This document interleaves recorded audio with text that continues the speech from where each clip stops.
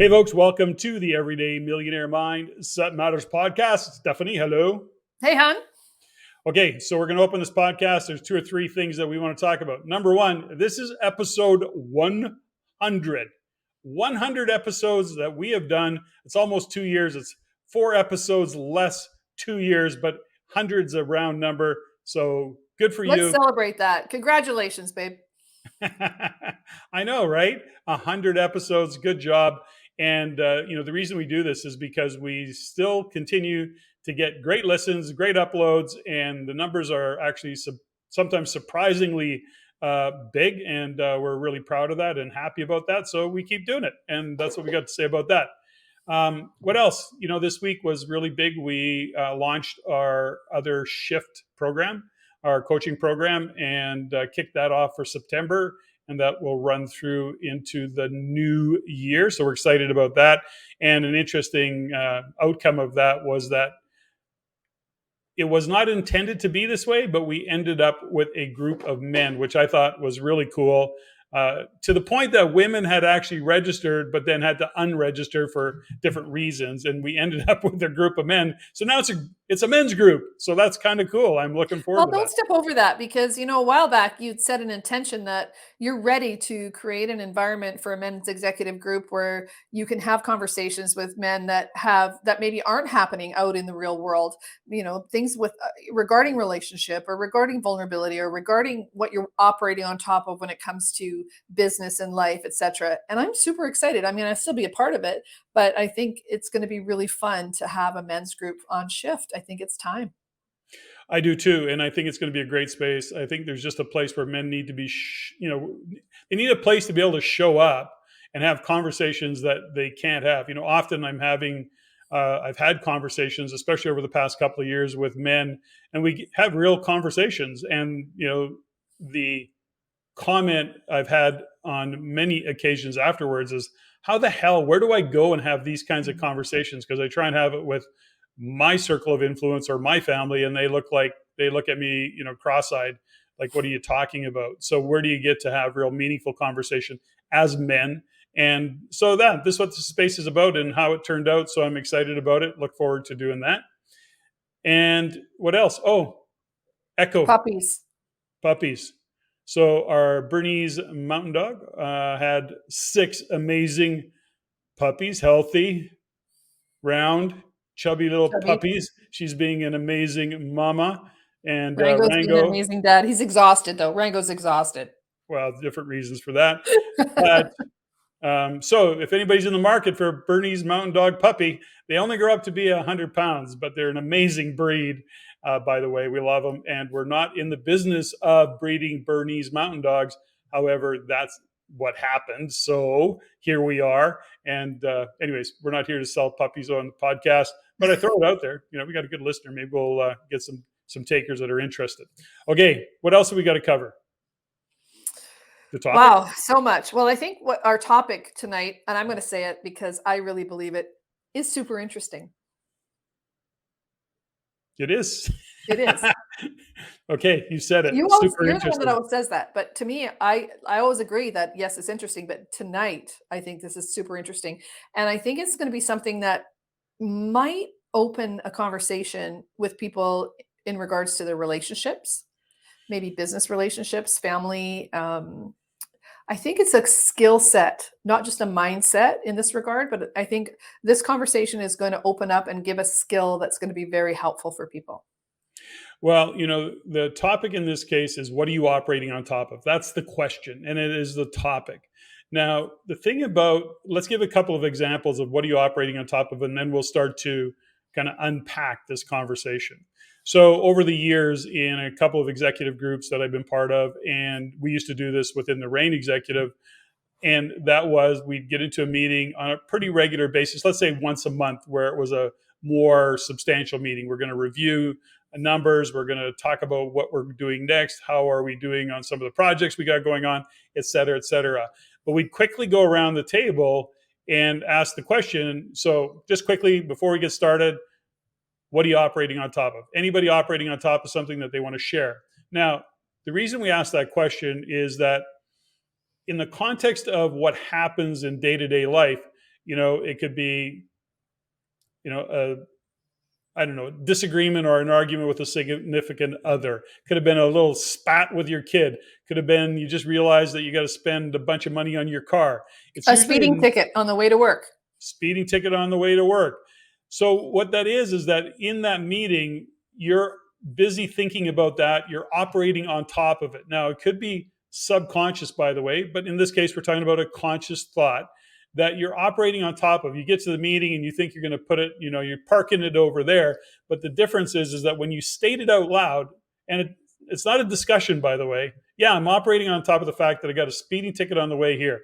I'm operating on top of the fact that Stephanie and I had a bit of a blowout before I walked out the door, and it pissed me off. So there, move on, next person. And it would go around the table that way. It wasn't meant as a discussion or a therapy session. It was just like, here's what I'm operating on top of. Got it, said it. Now I can let it go. And But it that's really what it was. diffuses any energy or any split attention.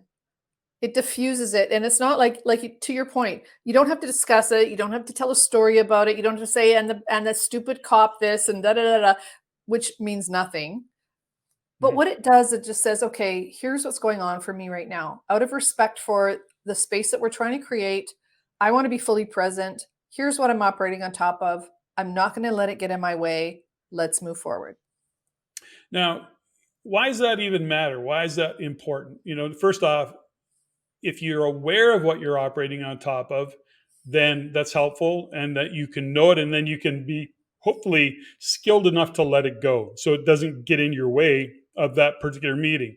In the case, for example, of your athletes, when you're talking about literally competing at a world-class level or trying to just be the absolute best, and compete at your highest level, you want to clear the space so that the only thing that you've got on your mind, the only thing that you've got happening for you is that focus of following through, technically being strong, creatively, whatever you got to do to compete at that level, which means you got to let go of anything you're operating on top of. And that's an exercise I think you still do with your athletes. I do it all the time. I also do it in certain business scenarios as well. And because what happens is that as human beings, we also care about each other and we have intuition. So, for example, I went through a couple of years with a business partner who lost both her parents, for example. And she'd come to a meeting and I could sense her stress and I could sense the things that were going on. And she would just say, "You know what, here's what I'm going on. This is what's going on for me right now. Here's the appointments that we're going through. I have to work backwards from being at the Cross Cancer Institute for this and this." Nothing changed, but she just said it out loud. It took 3 minutes and then we went back to work. Because from me as a business partner and compassionate and loving this person, you don't want them to be operating on top of something like that and then trying to still go to work and do the business and make it happen and be professional. It just softens the space when you say it out loud. This is what I'm operating on top of. Doesn't change anything. You can't fix it, but here's what's going on for me. And now Mhm. we can go to work. Well, I think there's all sorts of uses and thought processes behind it. We'll just kind of keep unpacking this a little bit. In your relationship with your significant other, you may be showing up a little bit bitchy, a little bit pissy about this and that, and they'll look at you and go, "What are you pissed off about? Like, what's going on?" They may ask you that question, Nothing. and you go, "Nothing. I'm fine." Right? Okay. So the point is if you put the question that way, it could be kind of come across as blaming and or confrontational, as opposed to asking the question a little bit differently, which could be, some of you seem a little out of whack today. I don't know what it is. Are you operating on top of something? Now, what's the difference between that question and the question I asked before? Are you pissed off at me? Or the question of, I don't know, you seem out of whack. Are you operating on top of something that you want to share with me? Well, listen, the first question right away assumes that I'm pissed off at you. So in other words, you're making it about you as opposed to just asking the question of what are you operating on top of? And it may absolutely have nothing to do with the other person. It may have nothing to do with them. It may be, oh, sorry, I wasn't even aware of it. Something, I had a shitty day, and or I just as I pulling in the driveway, I look and I got a flat tire, or we got a flat tire. But the point is that It's a way to actually express and to have a conversation that doesn't, number one, put you in the center of it. It's not about you. It's about them. And asking that question just opens up a different conversation, and there's a different energy around it. And there's no blame, and that's, I think, the what the evolution of these conversations are. When you think about the mindset of trying to evolve relationships and communication, and community, etc., is that we don't want to put people on the defensive. So what's wrong? What's wrong? What's up with you? To me, that's more aggressive instead of, are you operating on top of anything? Is there anything you want to share? And it gives permission for them to say yes or no. And if they Mhm. choose to say, you know what, I'm operating on top of this, this, and this, and I know there's nothing we can do about it, and I'm prepared to move forward. To me, when I think about my athletes, think about all the things that are going on in people's lives. I go around the circle in 7 areas of lives, for example. What are you operating on top of physically, mentally, emotionally, anything going on with your family?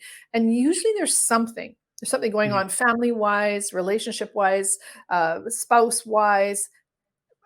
But in a confidential conversation, they say, this is what's going on, and I'm operating on top of it, but I'm going to be okay because I'm committed to what I'm doing right here, right now. But the fact that they had the space to say it really just diffuses that stress, and actually takes any kind of blame or shame or lack of responsibility right away. And they can deal with it later. Maybe it's a speeding ticket. They're going to have to deal with it anyway, but they're pissed about it in the moment. And I can feel that they're pissed, but I don't know if they're pissed at me or they're pissed at, their partner. I don't know. But until they say, I got a speeding ticket, and take responsibility, and, I'm pissed out, it's not about you. That really, to me, is what diffuses energy and moves that professionalism forward. So there's a part of this that, first off, if somebody's operating on top of something, they may not even be aware of how they're showing up. In other words, often what happens is, if we're operating on top of something, we don't necessarily know that we're being curt and abrupt. Maybe we're being aloof. Maybe we're just being a little bitchy. Maybe we're not being as communicative. Our body language is shut down. There's all sorts of things that can show a sign of, us operating, or somebody operating on top of something. The thing about it is that those individuals who want to evolve start to take a look and say, okay, well, how am I occurring? And yeah, I am actually operating on top of something. And it could be that you're in the same room having to deal with somebody that you've worked with for a number of years that keeps doing certain things, or that you feel did something, worked you over, did something, said something to the boss, said something in a group of people, whatever. You have a charge around it, and you're operating on top of it. And sometimes the thing that has to happen is that needs to get expressed and said out loud. It's the story of the old story of, used to be, the husband comes home and kicks the dog, and it's got nothing to do with the dog. It happened at work. It was something that his significant other in his world did the day before, and it all boils up, and the next thing you know, there's a bit of an explosion, right? So what is the issue, and are you aware that you're operating on top of something? So real life stuff, you and I, you're way more creative. You kind of are way more esoteric in kind of how you operate on a day to day. And sometimes for me, that could be really annoying, because I'm more pragmatic. I want to get shit done. Don't get in my way. And I'm just going to work through it. And you're kind of like a little bit more loose around that kind of stuff. Not that you don't get things done, but you do it different. And so you have that way of doing things that can sometimes piss me off, but I know that I'm operating on top of it. Now, I'm either going to say something to you about it, or you'll mention it to me. Yeah. So use a recent example. Um, it happens a lot where you and I will be socializing, for example, and I'm not as social as you, but when I am with people, I really want to connect. I want to have a deep connection. I want to have a great relationship, conversation, etc.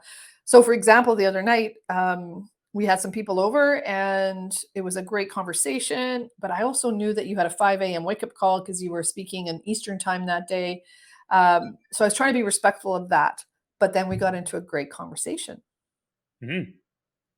And then you were getting a little pissy. I could Well, sense it. no, I wasn't. No, I wasn't. I just got quiet. I wasn't gonna engage in the conversation because I knew Right. that it would go till midnight, and I had to be at 5, up at But you 5. didn't no, think about it. It's not that you didn't engage in the conversation, you pulled out. So I knew something was off. So instead of you saying, "I'm gonna go, good night, everybody.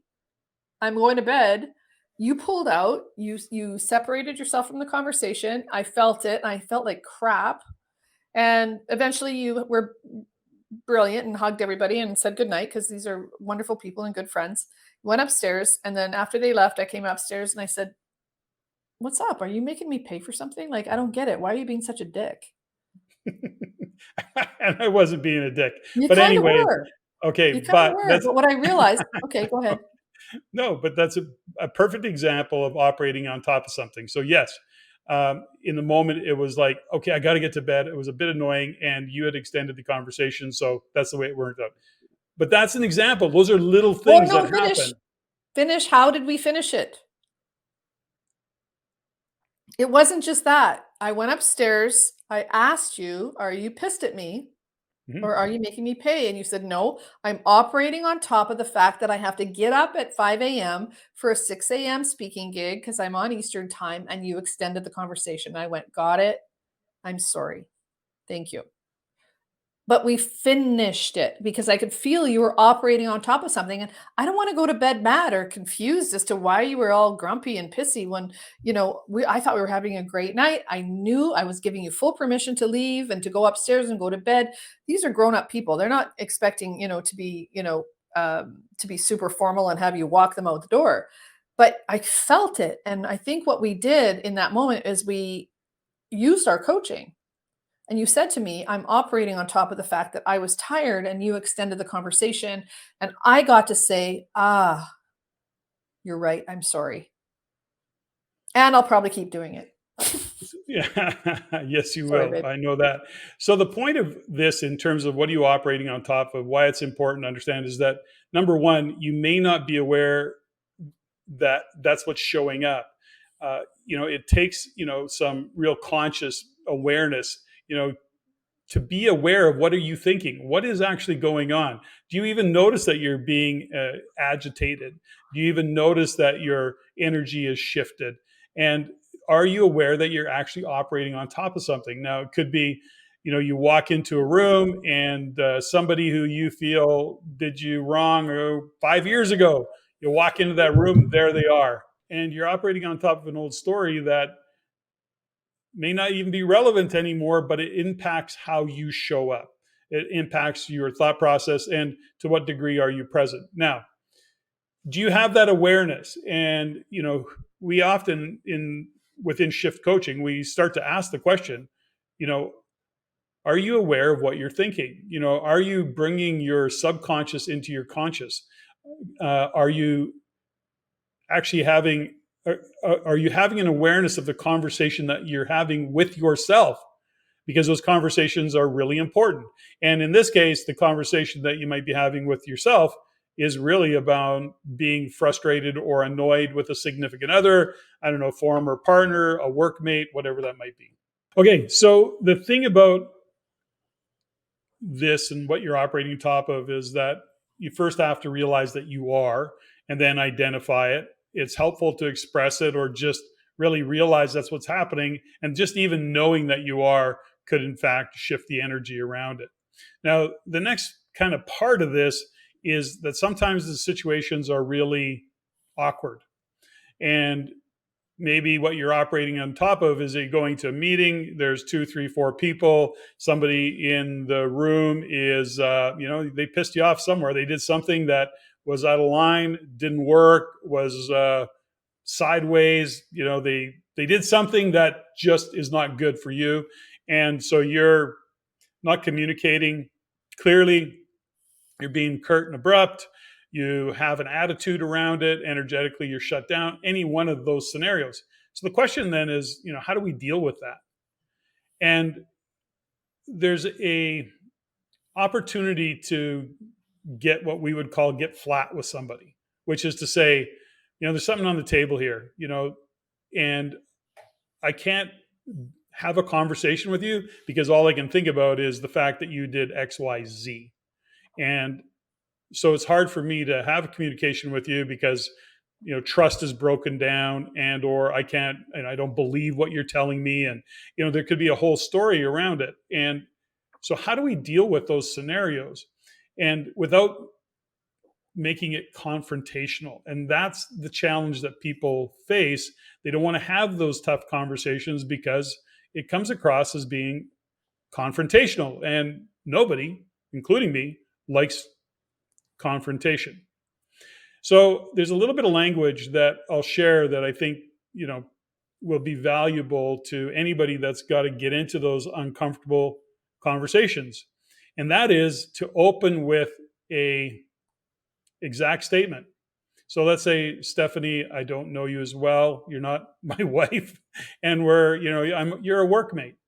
You're a friend. You're a neighbor. You're somebody that uh, I've done business with, I've worked with. Something you did or said pissed me off or had consequences. Now, I want to approach that, and there's a couple different ways to do it. One of my favorites and works really well is to say, Steffany, I got to have a really uncomfortable conversation with you. And I don't want to have it because I am uncomfortable with it. But I also realize that it's affecting how I'm communicating with you. So are you okay if I have this conversation? And I will say yes. Mostly people will say yes What if they say because I no? haven't. What's that? What if they say no? Okay, well, maybe we can do it next time. It won't take long. Do you want to wait till later? Got it. Yeah. So let's say I said yes. And then I would go into the conversation. It would be just that way. Last week when you did this or you said that, or, that last project, whatever it might be. The thing is it's way different than how do you say to somebody, without being really confrontational. And you may want to be confrontational, by the way. That's not beyond the scope of how some people want to approach it, but it's not how most want to approach it. And, so just looking at it for what it is and just saying it that way. Steffany, I got a really uncomfortable conversation. At least it's comfortable for me. But I need to get and have the conversation so that we can just get flat around some stuff. Are you okay It if I takes a do lot that? of guts. It takes a lot of guts to say that out loud and be at risk of the person saying, "No, I think you're wrong. You're an asshole. That's not what I said at all." Right? And then what Okay, I'm happens going to then? give you another line. I'm going to give you Okay. another line. But the thing is that's way different than number one, not having the conversation, or number two, having an outburst going, you really pissed me off. You're an asshole. I'm sure there's some middle ground in between that. But ultimately, what I'm offering here is for those individuals or those people who, I don't say anything. I don't want to say anything. It's just too uncomfortable. I don't want to piss them off. I don't want to have a confrontation. That's just some language to have, and it works. Yeah, it does. And in my experience, I'm I have no problem with confrontation. I also know that in the moment I can come across as aggressive and confrontational if I really believe in something. And I have to be mindful that it doesn't land as confrontation or aggression with the other person. But sometimes I get fired up and I like having that excitement and that confrontation because I feel like it can work things out in a way that couldn't happen a different way. And I like to have it clear in the moment. Mhm. And I think you're more pragmatic and much more diplomatic and a much nicer person than me. If my friend George said to me, I remember talking to him at one point and he was saying, "How is it that you can get these things happen as a woman in hockey and all these kind of stuff?" And I said, "George, it's because I'm not a very nice person." And he goes, "Well, It's true. yes, you are." I go, "No, no, no. I'm kind and I'm honest and I'm truthful." I said, "But I'm not nice. If I have something I need to say, I would rather say it in the moment. I would rather not operate on top of something and be prepared to be wrong and to be willing to be misunderstood and have, in some ways, the conversation to end and walk away and be complete in that regard than operating on top of something for a month or a year going forward." That's just how I do it. Well, I get it. And I think that I don't disagree with that. But if you're, depending on where you are and what kind of team you're on, I mean, I look at how we operate as a couple, but how we operate within our own teams. And we're pretty direct. Nobody takes shit personally, but that's not normal. I mean, we've worked for years to develop that kind of team. We set that context when we add people to the team. It's you're set up for that, but that's not the norm. When you're working with a high performance team, you don't have time for a bunch of niceties, and you can be direct because nobody's taking shit personally. And it can get really kind of feeling like everybody's agitated because everybody's fired up about something. But it's from a high performance point of view, but that's not the Yeah, norm. but you're still working towards the same thing. I guess if we circle back to what you're operating on top of, the high level conversation is think about the four agreements. If you've already got the four agreements in place and you're still operating on top of something and you have the space to say, I'm operating on top of, my dad's dying right now, and I'm still going to do a great job. I may have to ask for a little bit of grace when it comes to maybe booking appointments, or maybe I'm going to be late or something. But here's what I'm operating on top of. But it gives the space, the respect to understand is that you're just not showing up late, or you're just not being angry or sad for Yeah. no reason.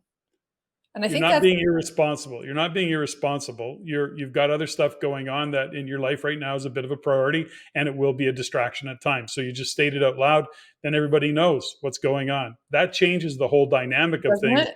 and it changes the story that other people might be telling themselves about you. It makes so much sense. And when you think about this is a skill, a high level skill when it comes to communication in a team, also in a relationship, and how many times you and I have used this. It's similar to the Brene Brown is the story I'm telling myself. That quote, the story I'm telling myself.